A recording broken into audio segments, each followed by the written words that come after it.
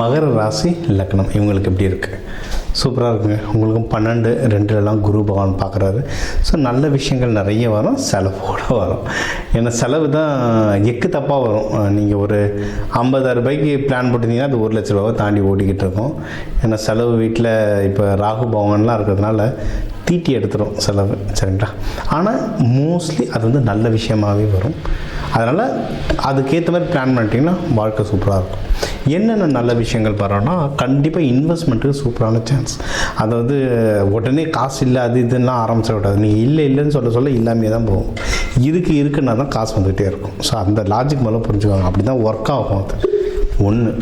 இன்னொன்று, நீங்கள் வந்து என்ன உங்கள் கையில் காசு இருக்கோ அதை வச்சு இன்வெஸ்ட்மெண்ட் பண்ணுங்கள்.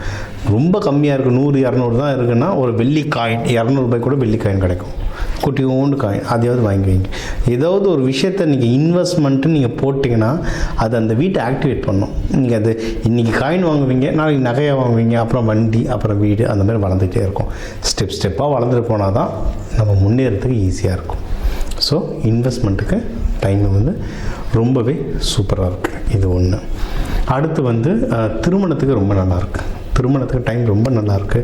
யாராவது லவ்லாம் பண்ணிங்கன்னா அழகாக வீட்டில் பேசி திருமணத்தை மாற்றிடலாம். ஏன்னா இந்த எதிரிகள் தொல்லை, இந்த உள்ளே புந்து குழப்புறது, இந்த விஷயம்லாம் கம்மியாக இருக்கும். இன்னொன்று, உடல்நிலை இப்போ ரொம்ப ரெடி ஆகிட்டு வரும். ஏன்னா இந்த சனி பயிற்சியெல்லாம் உடல்நிலையெல்லாம் போட்டு பிரித்து எடுத்துகிட்ருக்கோம். அதனால் இப்போ வந்து உடல்நிலை ரொம்ப சரியாகிறதுனால நீங்கள் இந்த டைம்லேயே கல்யாணம் பண்ணிக்கிறதும் இது வந்து ரொம்ப நல்லது. இது ஒன்று. அடுத்த மகப்பேருக்கு யாருன்னா ட்ரை பண்ணுறீங்கன்னா அதுக்குமே இது வந்து ஒரு சரியான நேரமாக அமையும். ஓகேங்களா? எதில் ஜாக்கிரதையாக இருக்கணும் அப்படின்னா, கடன் வாங்காமல் இருக்கிறது ரொம்ப நல்லது. நீங்கள் இப்போ நம்ம கல்யாணம், காதல், கல்யாணம், மகப்பேறு எல்லாமே சொல்லட்டும், எல்லாத்துக்கும் செலவு பின்னி எடுத்துரும். கல்யாணம் மண்டபம் போனாலும் செலவு தான், ஹாஸ்பிட்டல் போனாலும் செலவு தான், பீச் பார்க்கு கூப்பிட்டு போனாலும் செலவு தான், எங்கே போனாலும் செலவு இருக்குது. முடிஞ்ச அளவு கையில் இருக்கிறத வச்சு மேனேஜ் பண்ண பாருங்கள். கடன் வாங்கிட்டோன்னா அது புலிவால் பிடிச்ச கதை, அது சீக்கிரம் அடையாது. அதை விட மோசமானது, யாருக்காவது கடன் கொடுத்துட்டோன்னா அவங்ககிட்ட வாங்கிறதுக்குள்ளே ஒரு போதும் ஆகிடும். ஆனால் கடன் வாங்காதீங்க, கடன் கொடுக்காதீங்க. இருக்கிறத வச்சு மேனேஜ் பண்ணுறது ரொம்ப சிறந்தது. அதுவும் முக்கியமாக உங்களோட சீனியர்ஸ்கிட்ட ரொம்ப ஜாக்கிரதையாக இருங்க. ஆஃபீஸில் பேசும்போது சீனியர் மேனேஜர்ஸ் இவங்ககிட்டலாம் பேசும்போது ரொம்ப ஜாக்கிரதையாக பேசுங்க. அது வந்து லைஃப்பை ஸ்மூத்தாக கொண்டு போகும். வீட்டில் இருக்க பெரியவங்ககிட்ட ரொம்ப ஜாக்கிரதையாக பார்த்து பேசுங்க. நம்ம டக்குன்னு டென்ஷனாக இருக்கும்போது ஏதாவது வார்த்தை விட்டுருவோம். அதனால் அது இல்லாமல் இருக்கிறது ரொம்பவே நல்லது. இது ஒன்று. அடுத்து வந்து குடும்பத்தோடு எதனா வெளியூர்கள் போயிட்டு வர்றது ஒன்றும் சிறப்பு.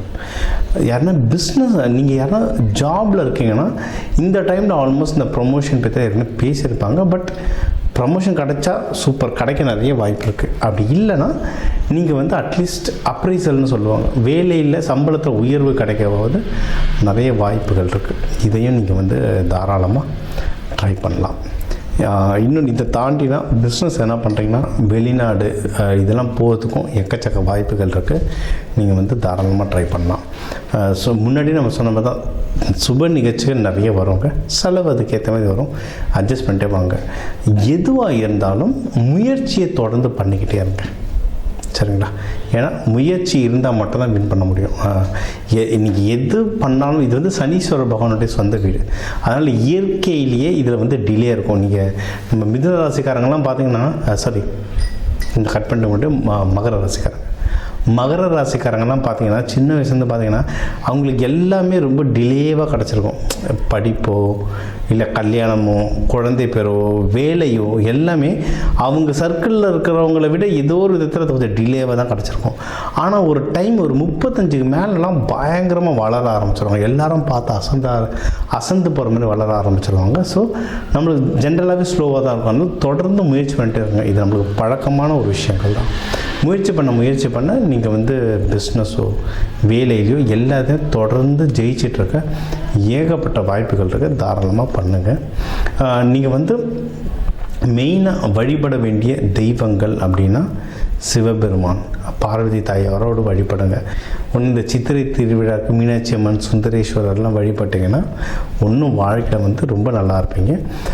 அன்னதானங்கள் கொடுக்குறது நல்லதுங்க. எள்ளு சாதம், தயிர் சாதம், அது இப்போ வந்து சித்ரா பௌர்ணமிக்கெலாம் நீங்கள் சிவன் கோயில் எங்கே போனாலும் அன்னதானம் கொடுத்துட்ருப்பாங்க. நம்ம தமிழர் புத்தாண்டு கூட நீங்கள் தரலாம், சரிங்களா? அதனால் உங்கள் கையால் அன்னதானம் கொடுத்தா சூப்பர். இல்லையா, கொடுக்குறவங்க கையில் காசு கொடுத்துருங்க. அப்படியாவது அன்னதானம் பண்ண ஒன்றும் வாழ்க்கையில் எல்லாருமே மென்மேலும் வளருவீங்க.